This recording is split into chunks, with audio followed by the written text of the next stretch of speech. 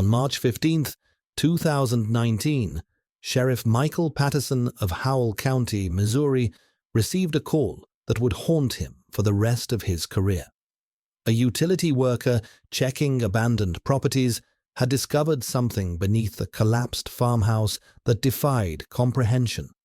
What appeared to be an old root cellar revealed itself as an elaborate underground network where human beings had lived in complete isolation for 4 decades.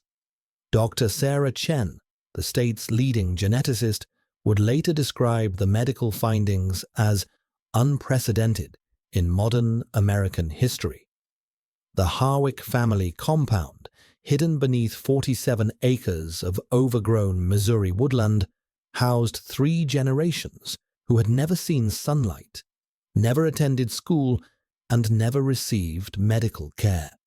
When investigators finally mapped the subterranean maze, they found living quarters carved from earth and timber, connecting chambers that had housed up to 12 individuals simultaneously.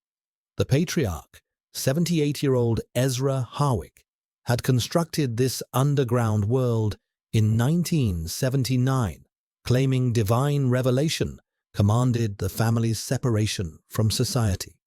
What authorities discovered about the relationships within this buried community would challenge everything they thought they knew about human survival and genetic consequences. If you think you can handle the disturbing truth behind this case, let me know in the comments. And if you want to explore more cases that authorities tried to keep hidden, subscribe now, because what we uncovered will change how you see isolated communities forever. The Harwick family's descent into isolation began in 1952 when Jeremiah Harwick purchased 47 acres of remote woodland in the Missouri Ozarks for $800. A former coal miner from West Virginia, Jeremiah sought escape from what he perceived as society's moral decay following World War II.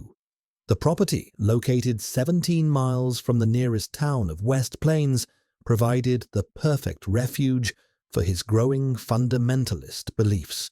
Jeremiah's son, Ezra, inherited both the land and his father's distrust of outside authority in 1978, shortly after marrying his first cousin, Rebecca Harwick.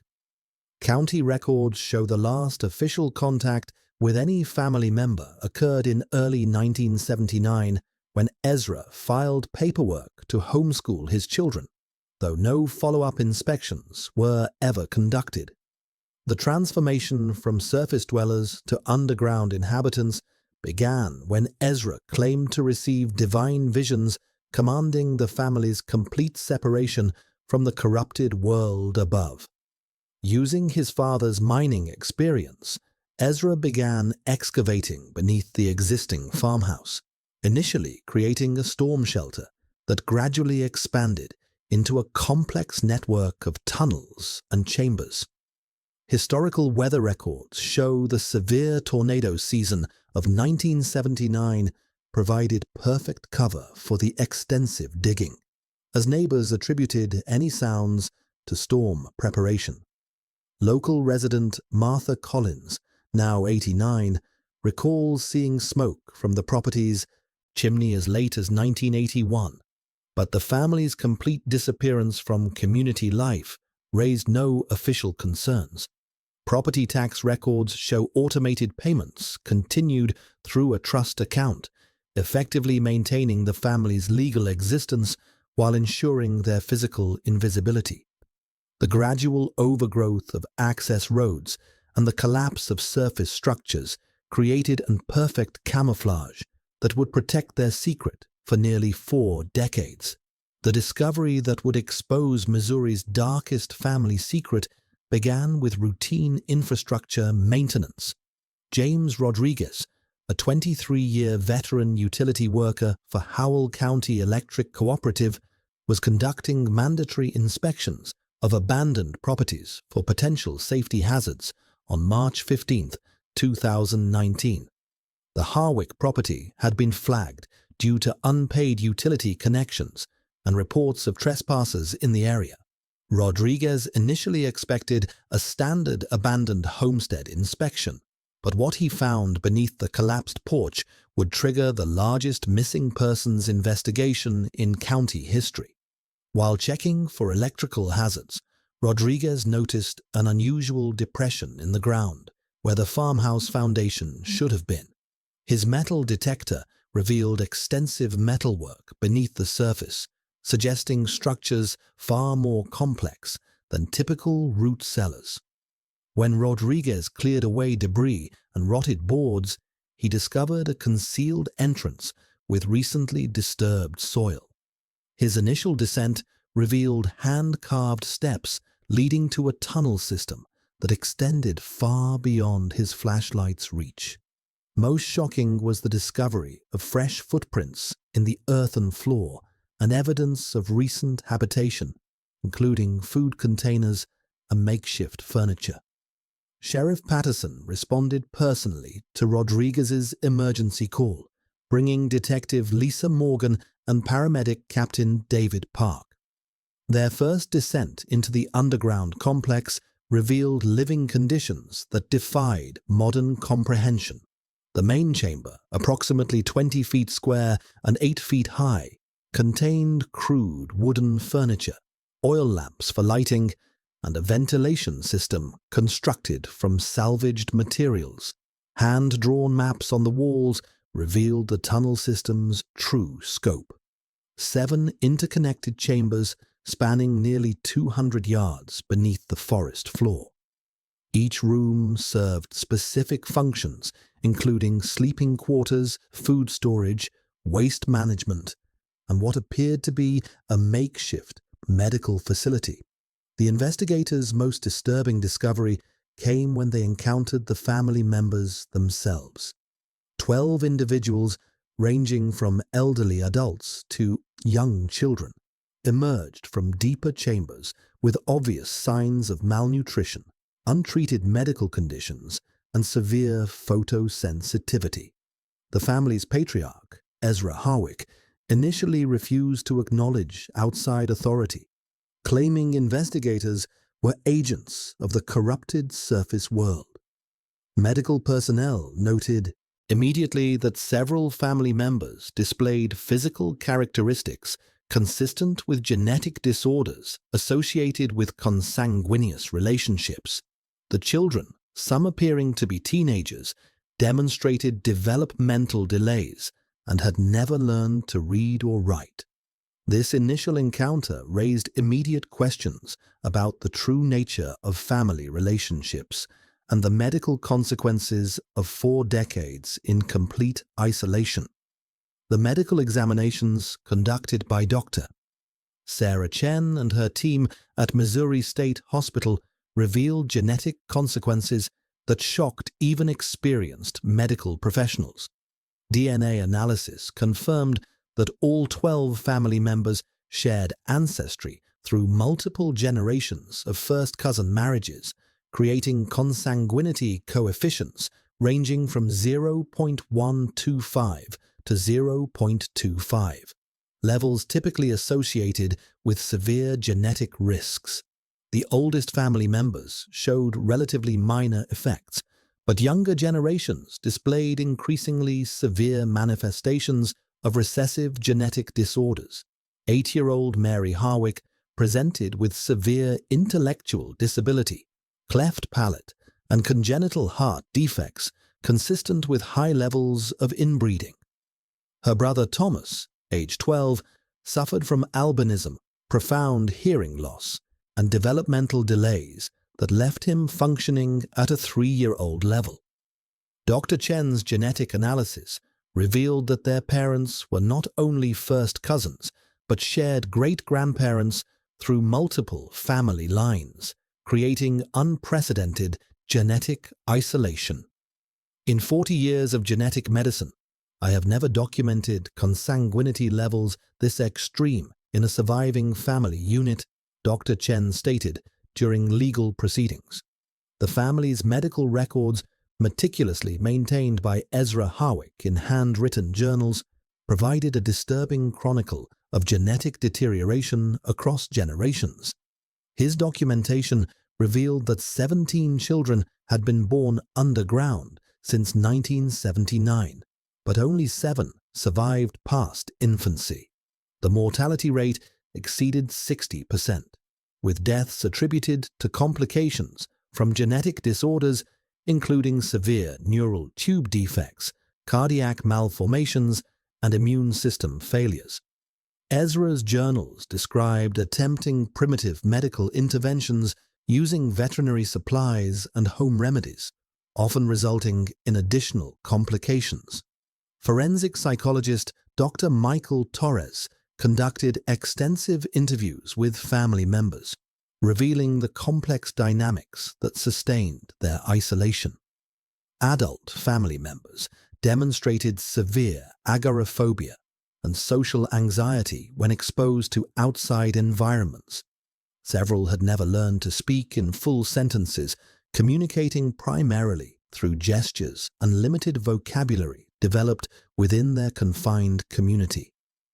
The psychological evaluation revealed that younger family members had been taught to fear surface contact as spiritually contaminating, with Ezra claiming that exposure to outside influences would result in eternal or damnation. Perhaps most disturbing were the detailed genealogical charts found in Ezra's personal effects, showing deliberate planning of consanguineous relationships across multiple generations.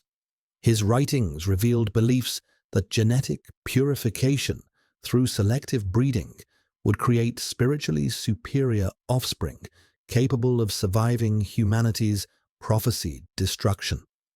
The charts documented relationships between parents, siblings, and children that violated numerous laws while creating the genetic isolation responsible for the family's medical conditions. Physical evidence recovered from the underground complex included extensive documentation of births, deaths, and family relationships spanning 4 decades. Investigators found primitive medical supplies, including veterinary antibiotics and surgical instruments likely used for deliveries and emergency procedures. The discovery of multiple unmarked graves on the property led to exhumation orders that would reveal the true cost of the family's genetic isolation.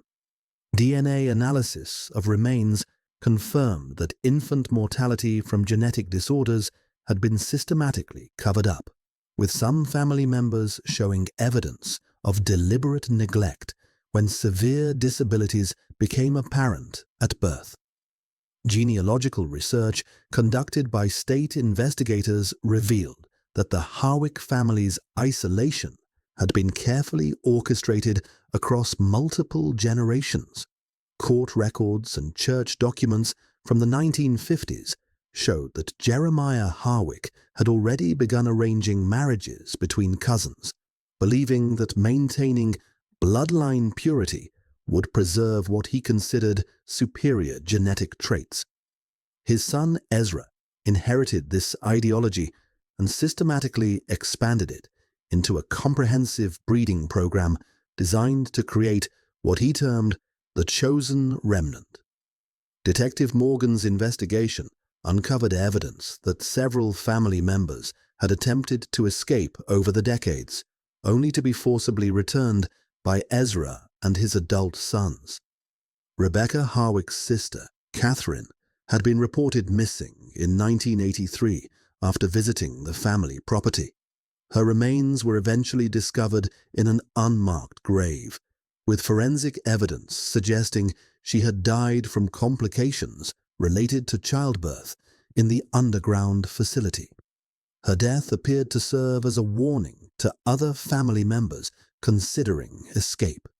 The investigation revealed that Ezra had maintained complete control through a combination of religious indoctrination and physical intimidation. Family members were taught that the surface world had been destroyed by nuclear war and that leaving the underground sanctuary would result in immediate death from radiation exposure. This deception was reinforced by carefully controlled exposure to filtered news reports and manipulated radio broadcasts that Ezra used to support his apocalyptic narratives. Interviews with surviving family members revealed a complex hierarchy where Ezra's adult sons served as enforcers, preventing escape attempts and maintaining discipline through physical punishment. The underground complex included a designated punishment chamber, where family members were isolated for weeks at a time for questioning Ezra's authority or expressing desire to leave. This systematic control had created a captive population that genuinely feared both their patriarch and the outside world he had taught them to perceive as hostile and contaminated. Financial records revealed that Ezra had maintained the family's isolation through carefully managed resources, including disability payments for family members who had never been officially examined, agricultural subsidies for land that hadn't been farmed in decades, and income from selling handcrafted items through intermediaries who believed they were dealing with reclusive but surface-dwelling artisans. This economic system had provided sufficient resources to maintain the underground facility, while avoiding the attention that complete financial isolation might have attracted. The investigation also uncovered evidence that local officials had deliberately avoided inquiring about the family's status, with some receiving regular payments to ensure their continued disinterest in the property's activities. The comprehensive medical analysis conducted by the University of Missouri's Genetic Research Institute provided unprecedented documentation of consanguinity's effects on human populations. Lead researcher Dr. Patricia Williams described the Harwick family as representing a unique case study in the medical consequences of extreme genetic isolation. The family's DNA profiles revealed homozygosity levels exceeding 40% in younger members, compared to less than 1% in typical populations, indicating that nearly half their genetic material was identical due to shared ancestry.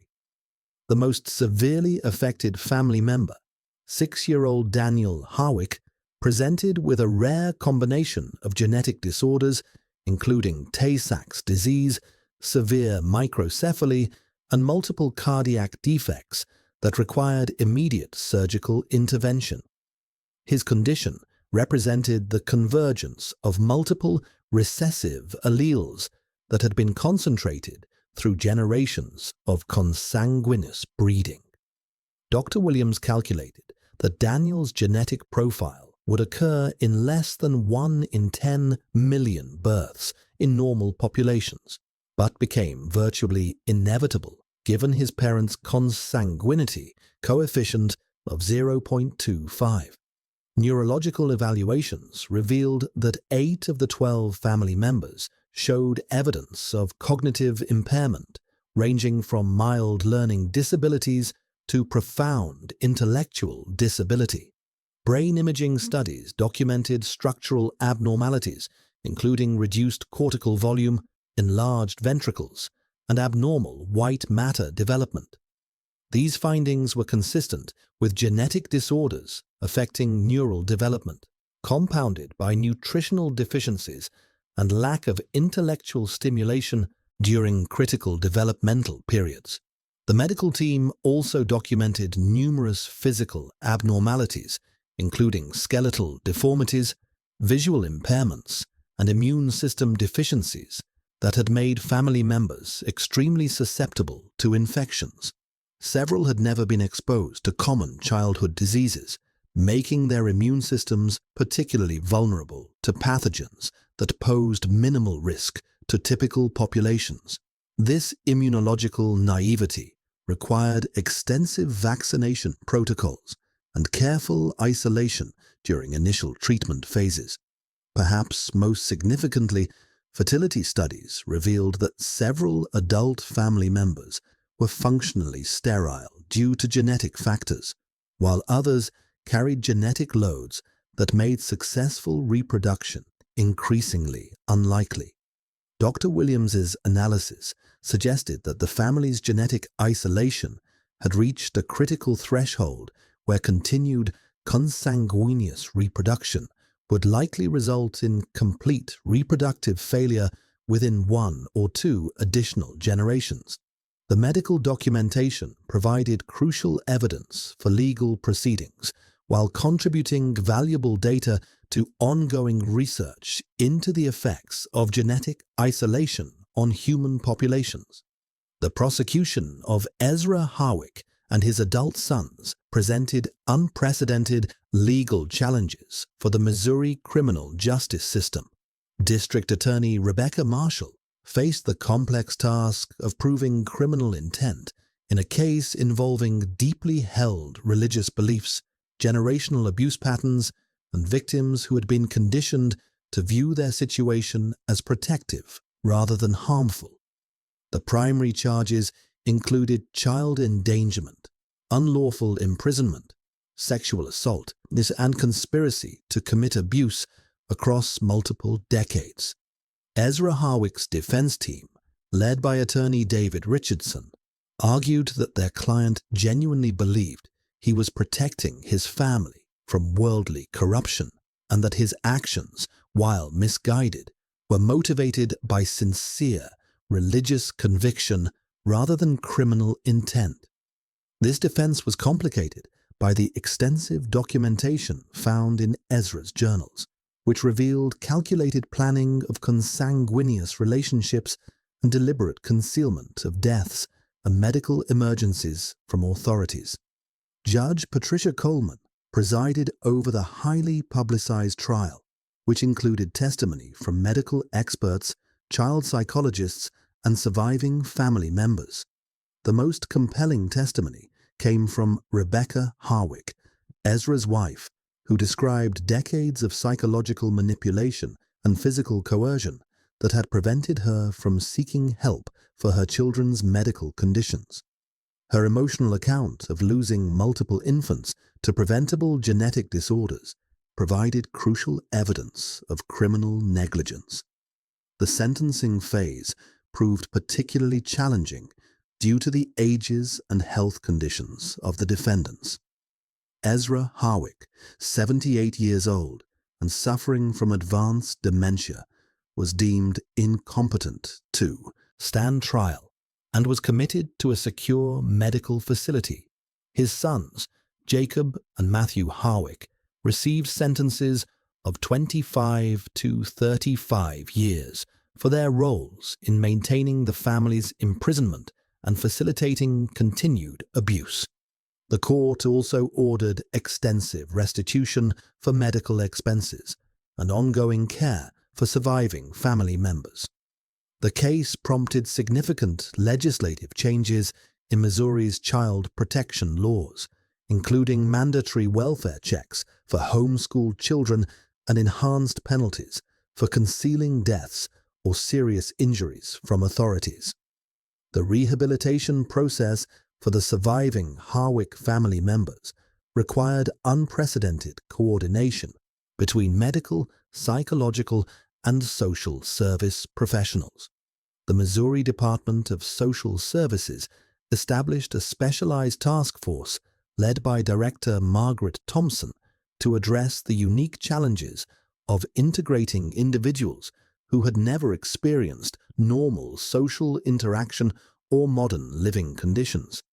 Initial placement proved particularly difficult as traditional foster care systems were inadequate for adults and children with such severe medical and psychological needs.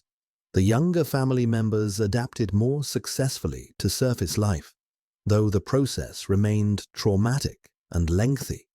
10-year-old Sarah Harwick, despite significant developmental delays, demonstrated remarkable resilience and began learning to read within 6 months of rescue.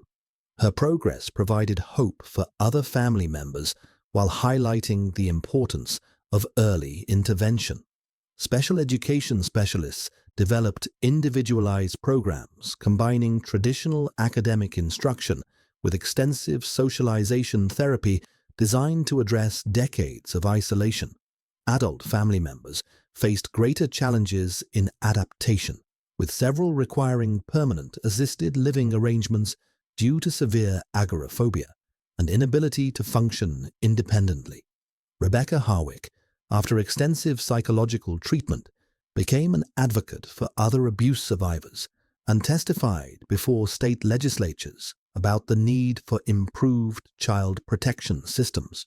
Her transformation from victim to advocate provided inspiration for ongoing rehabilitation efforts while raising awareness about the long-term effects of systematic abuse. Medical care remained complex and ongoing, with several family members requiring multiple surgeries to address genetic conditions and developmental abnormalities. The state allocated over $2.3 million annually for specialized medical care, educational services, and psychological treatment for the survivors.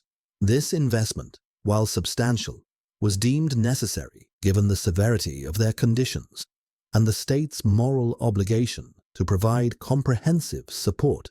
The case also generated significant research opportunities, with the family's consent leading to breakthrough studies in genetic counseling, trauma recovery, and the effects of extreme social isolation.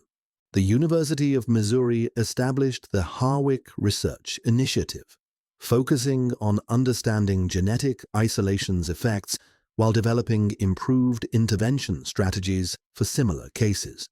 5 years after their rescue, 7 of the 9 surviving family members had achieved some level of independent living, though all continued requiring ongoing medical and psychological support services. The Harwick family case exposed critical gaps in rural child protection systems and sparked nationwide discussions about government oversight responsibilities in isolated communities.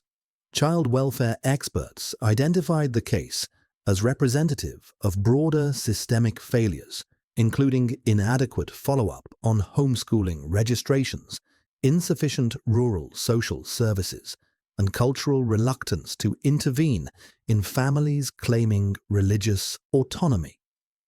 The National Association of Social Workers cited the case as evidence for strengthened mandatory reporting requirements and regular welfare checks for all homeschooled children.